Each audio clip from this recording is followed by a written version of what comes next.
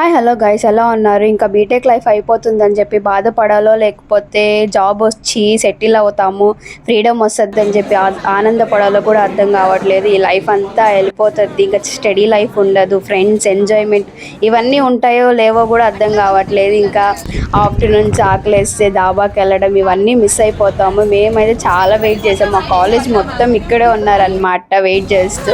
ఇంకా చాలా నీరసం అయిపోయింది ఆకలికి, అసలు మార్నింగ్ కూడా ఏం తినలేదు మేమైతే ఇంకా టేబుల్ అయితే సెట్ చేసేసారు. ఇంకా ఫైనల్లీ మేమైతే అదే బటర్ నాన్, కర్రీస్, బిర్యానీ అయితే ఆర్డర్ ఇచ్చాము.